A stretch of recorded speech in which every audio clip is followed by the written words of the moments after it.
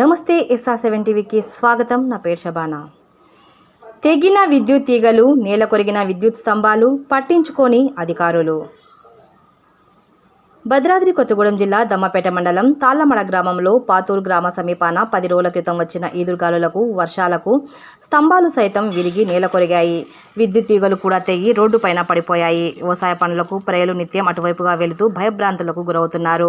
విద్యుత్ సరఫరా లేక వరి నారుమడులు ఎండిపోతున్నాయని రైతులు వాపోతున్నారు. పశువులు చుట్టుపక్కల మేస్తున్నాయి. విద్యుత్ సరఫరా వచ్చి జరగరాని నష్టం ఏదన్నా జరిగితే ఏమిటని ప్రజలు ప్రశ్నిస్తున్నారు. ఆయా సంబంధిత అధికారులు స్పందించి మరమ్మతులు చేయాలని ప్రజలు కోరుతున్నారు. Reporting by SR7 TV news reporter కారం నాగేంద్రబాబు.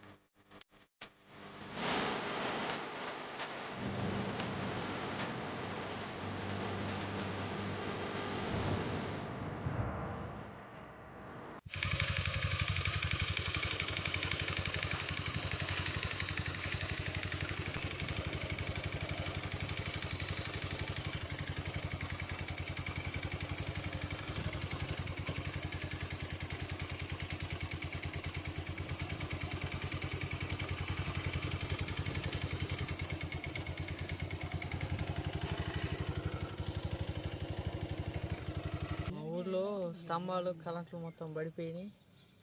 ఆటు సైడ్ మనుషులందరూ తిరుగుతాను. 10 రోజులు అవుతుంది. కింద పడి ఎవరు పట్టించుకోవట్లేదు. ఆటు సైడే అందరు తిరుగుతాను. ఎవరికన్నా ఏదన్నా అయితే ఏంటి పరిస్థితి? మొత్తం ఎండిపోతాను నీళ్ళు లేక.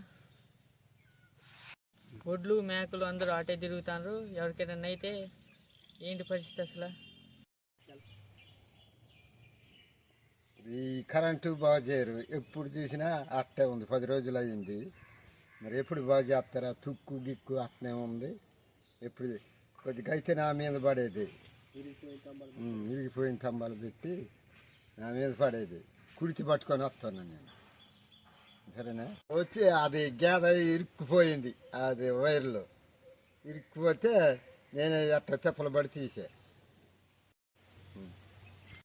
ఎప్పటికీ తిరుగుతూ ఉంటాం. గొడ్లు, మేకలు, గేదెలు. మేము నైట్ పాలు పెంచడానికి వస్తాను. అందరికీ ముప్పం అవుతుంది. అది అట్టే 10 రోజులు అయింది. ఇంతవరకు బాగు చేయట్లేదు.